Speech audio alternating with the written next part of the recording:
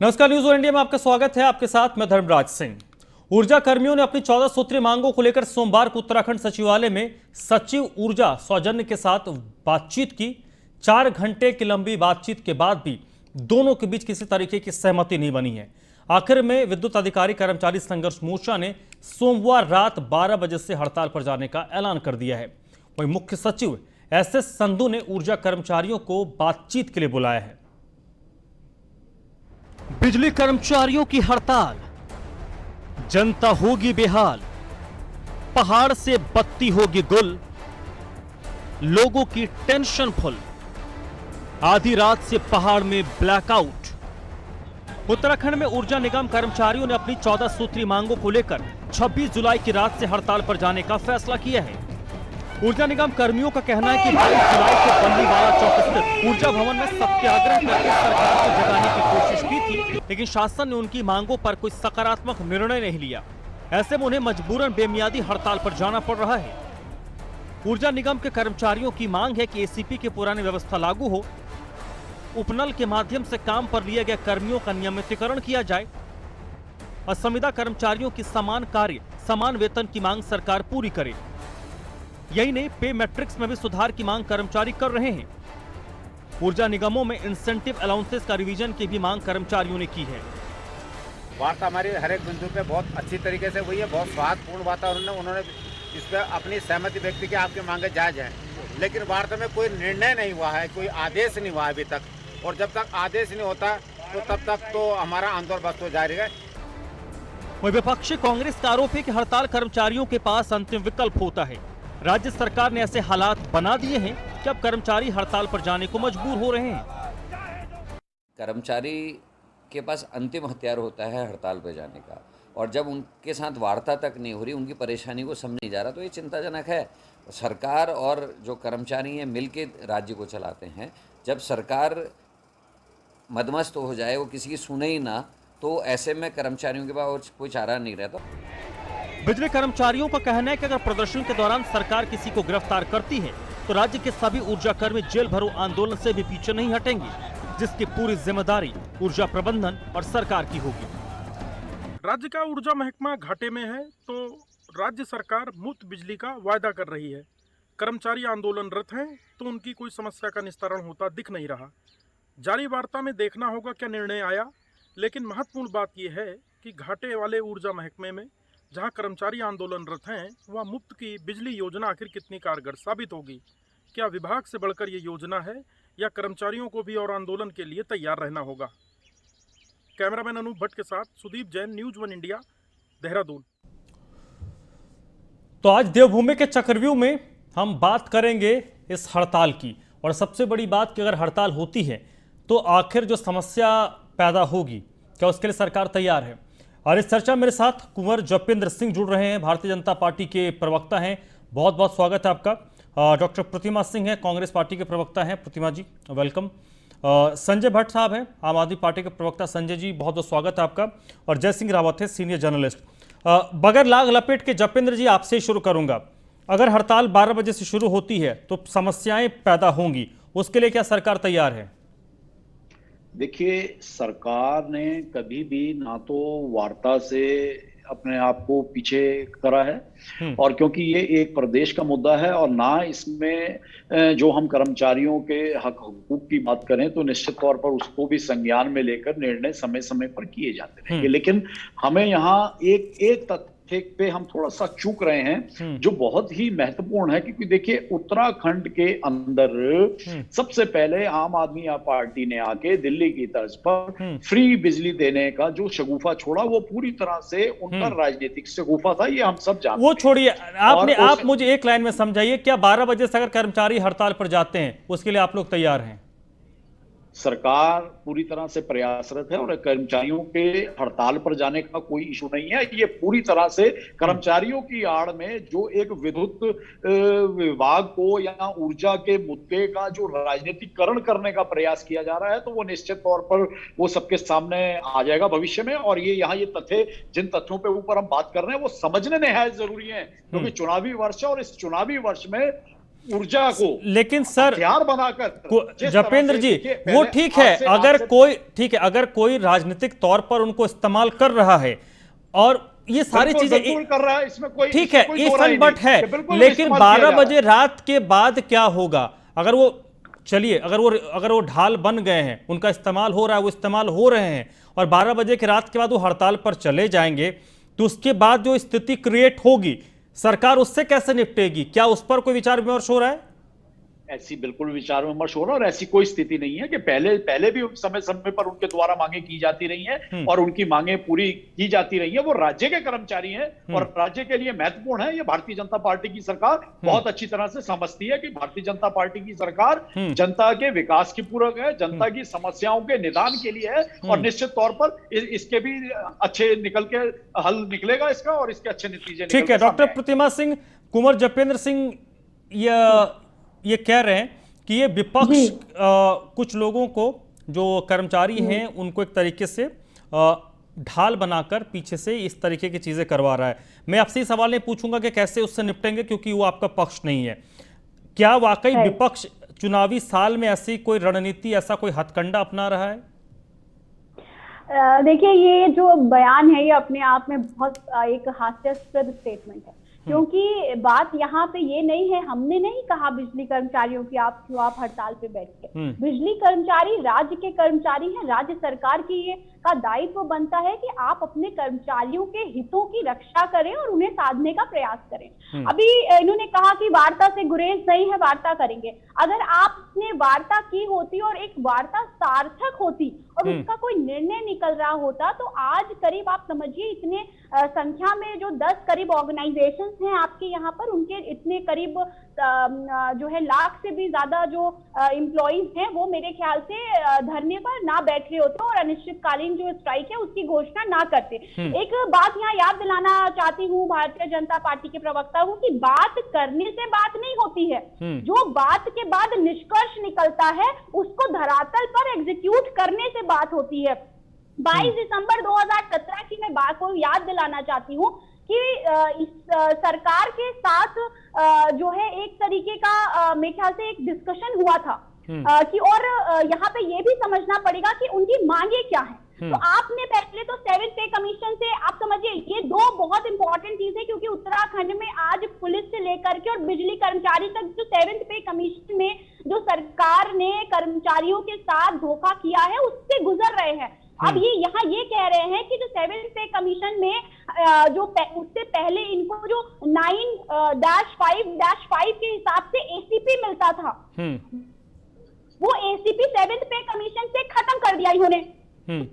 ठीक है, और जमाने हो गए, इनकी वार्ता हो रही है कि हमारे जो इंसेंटिव है उसको रिवाइज कर दीजिए। और आपने खुद देखा जिस तरीके से प्रदेश में उपनल के कर्मचारी भी अपने नियमितीकरण के लिए धरना प्रदर्शन करते रहे, तो इनकी भी यही मांग है कि जो समान कार्य और समान वेतन हमें मिलना चाहिए, और जो उपनल के माध्यम से या अन्य माध्यम से जो आप टेम्परेरी बेसिस पे आप ठीक है प्रतिमा जी, संजय भट्ट साहब, ठीक है संजय भट्ट साहब, क्या इसमें, क्योंकि आपकी पार्टी पर सीधे तौर पर ये आरोप लगाया जा रहा है कि आपने वो जो फ्री बिजली का सिगुफा छोड़ा, ये उतना इम्पोर्टेंट नहीं है, इम्पोर्टेंट ये है कि हड़ताल हो रही है, और अगर हड़ताल होती है तो समस्याएं आम लोगों को होगी। जी बिल्कुल धर्मराज जी, देखिए अगर हड़ताल होती है, क्या हड़ताल होकर रहेगी, क्योंकि जो अब मैं आपको लेटेस्ट बता दूं, ऊर्जा सचिव से जो वार्ता थी उनके बिजली कर्मचारियों की, वो फेल हुई है, वो विफल हो चुकी है। जब वो वार्ता विफल हो चुकी है तो हड़ताल आज रात 12 बजे से होगी, ये निश्चित हो गया है। जो प्रतिमा सिंह जी ने भी बताया कि जो दिसंबर 2017 में इनका बिजली कर्मचारियों की सभी यूनियनों का और जो प्रबंधक हैं उनका, ऊर्जा सचिव का और शासन उत्तराखंड शासन का जो समझौता हुआ था, उस समझौते को लागू करने की मांग की जा रही है। यानी दिसंबर 2017 में जो समझौता हो गया शासन जिस समझौते को कर चुका है उसको लागू करने की मांग की जा रही है। और जनवरी से वो लगातार शासन को लिख रहे हैं, हड़ताल के लिए भी कह रहे हैं कि हम अब हड़ताल करेंगे। अब 3 बार उन्होंने अपना बैकफुट पे लिया कोविड के कारण। ऊर्जा निगम के जो कर्मचारी हैं, ऊर्जा विभाग के जो कर्मचारी हैं, उन्होंने 3 बार इसको बैकफुट पे भी लिया। अब ये देखिए ना कि पहले उन्हें प्रमोशन जो मिलता था उनकी सर्विस के 9 साल और उसके बाद 955 यानी 9 साल 14 साल और 19 साल में मिलता था। अब उसे कर दिया गया है 10, 20, 30। जबकि उत्तर प्रदेश में आज भी वो 955 लागू है। साथ ही जो ये 7th पे कमीशन हुआ उसमें एकमात्र ऊर्जा विभाग के कर्मचारियों का तनख्वाह बढ़ने की जगह घटा दी गई है।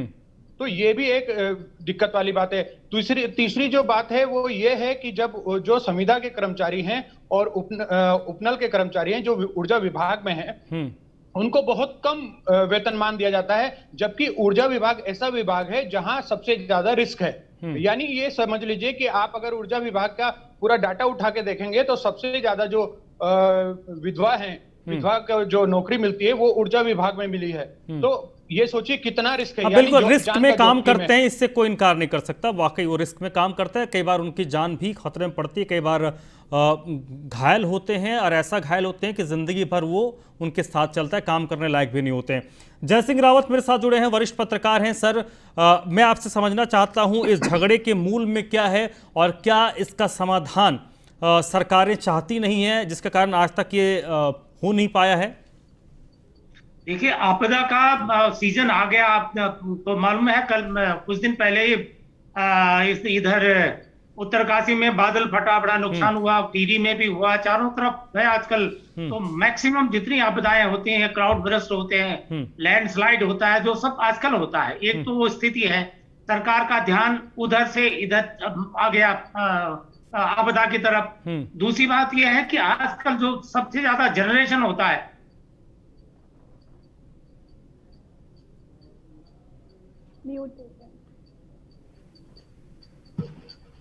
जनरेशन होगा या नहीं होगा, जितने हमारे और प्लांट्स हैं उनके क्या व्यवस्थाएं हैं। अगर वहां के कर्मचारी हड़ताल पे चले गए तो ऐसा तो कि कोई वहां पर देखने में नहीं, और वो लाइनें चल रही है, मशीनें चल रही, ऐसा तो हो नहीं सकता है। और आजकल क्या होता है, जब बाढ़ की स्थिति होती है तो जो नदी, हमारे यहाँ जो नदियां, मैक्सिमम जनरेशन आजकल ही होता है ना। बिजली का सबसे ज्यादा आजकल पैदा होती है, लेकिन सबसे ज्यादा जो गाद आती है, पीपीएम उसको कहते हैं, नदियों में आती है। वो जब ज्यादा बढ़ जाती है, उससे टरबाइन के जो वो होते हैं पहिए, प्रोपेलर होते हैं, उनको टूटने का डर रहता है। तो इस वजह से जब पीपीएम बढ़ जाता है तो पावर हाउस बंद कर दिए जाते हैं। अगर बिजली कौन करेगा? अगर कर्मचारी हड़ताल पर जाएंगे, कौन चेक करेगा कि समय गाद की मात्रा कितनी है? कौन बंद करेगा? और अगर शट डाउन हो गया, अगर ब्रेक डाउन हो गया, तो उसका क्या स्थिति होगी? देखिए, हम तो यूपी के जमाने से, उस समय तो उत्तर प्रदेश राज्य विद्युत परिषद हुआ करता था, इतने स्प्लिट नहीं हुए थे, 3-4 निगम नहीं बने थे, तब से हम कई बार हड़ताल की नौबत आती थी तो पहले स्टेज वाइज होता था, वार्ताओं के कई दौर चलते थे। अल्टीमेटली जब बात नहीं बनती थी तो क्या होता था, मिलिट्री वाली बात, आर्मी के इंजीनियर बुला दिए जाते थे, सबसे पहले पावर हाउस पर तैनात कर दिए जाते थे।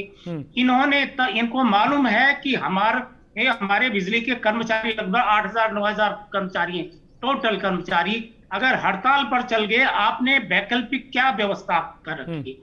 आपातकालीन व्यवस्था कब करेंगे? जब वो हड़ताल पर चले जाएंगे, जब मशीनें खराब हो जाएंगी, जब ब्रेक डाउन हो जाएंगे, जब पावर हाउस बर्बाद हो जाएंगे, तब जाके करेंगे। कब करेंगे? तो वो स्थिति जो पहला।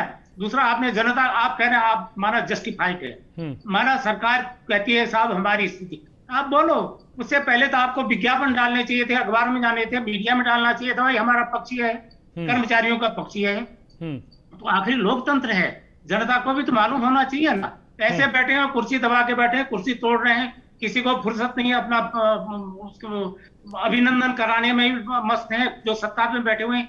अरे भाई, तो देखो, चुनावी वर्ष है, आपको ही कल भुगतना पड़ेगा ये। अगर कुछ अराजक स्थिति आ जाती, कोई वैसी, ठीक है, तो फिर कौन भुगते? जय सिंह रावत साहब, कुंवर जपेंद्र सिंह, आप मुझे बताइए, जैसे अपडेट भी है कि सचिव ऊर्जा के साथ बैठक विफल हो रहा है और अब 12 बजे रात से वो हड़ताल पर जाएंगे।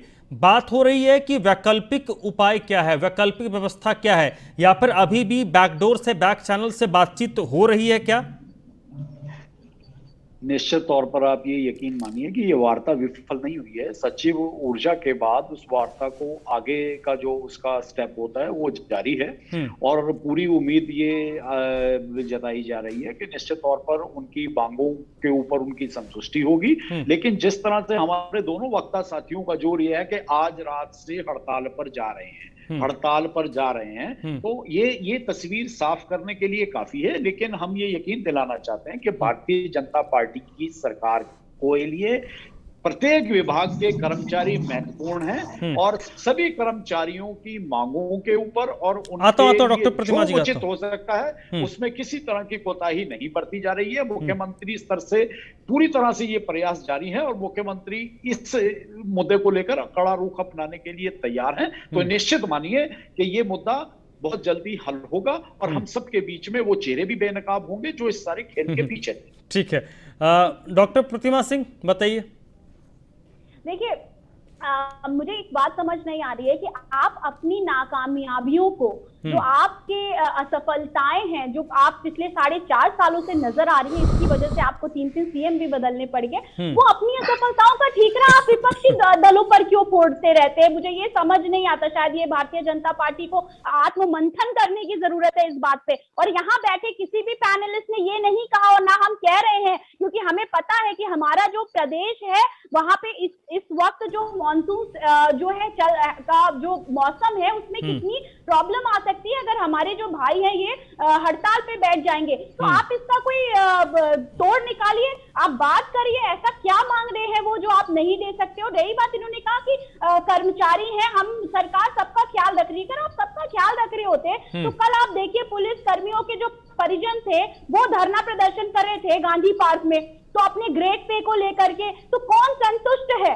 बिजली कर्मचारी संतुष्ट है नहीं, पुलिस के लोग संतुष्ट है नहीं, ठीक है, आप निगम के लोगों को संतुष्ट कर नहीं पा रहे हैं, सचिवालय संघ के लोग कितना परेशान थे, धरना प्रदर्शन कर रहे थे, वो संतुष्ट है नहीं, नौजवान संतुष्ट है नहीं, किसान संतुष्ट है नहीं। आप अपनी पीठ थपथपाने में लगे पड़े हैं कि हम ये कर लेंगे, हम वो कर लेंगे। ठीक है, चलिए संजय भट्ट साहब एक पे, क्योंकि ज्यादा समय नहीं है, छोटा सा जवाब आप मुझे ये दीजिएगा, फिर मैं जय सिंह रावत के पास भी आऊंगा। बार बार भारतीय जनता पार्टी के जो प्रवक्ता हैं वो इस हड़ताल के पीछे एक राजनीतिक मकसद को बता रहे हैं। यहाँ पर क्या स्थिति है अंदर खाने वो मुझे नहीं पता, लेकिन ये बात भी सच्चाई है कि चुनावी साल में बहुत सारी चीज़ें होती हैं, ये हमने देखा है। तो उस पर आपका रिएक्शन मैं समझना चाहता हूँ जल्दी से।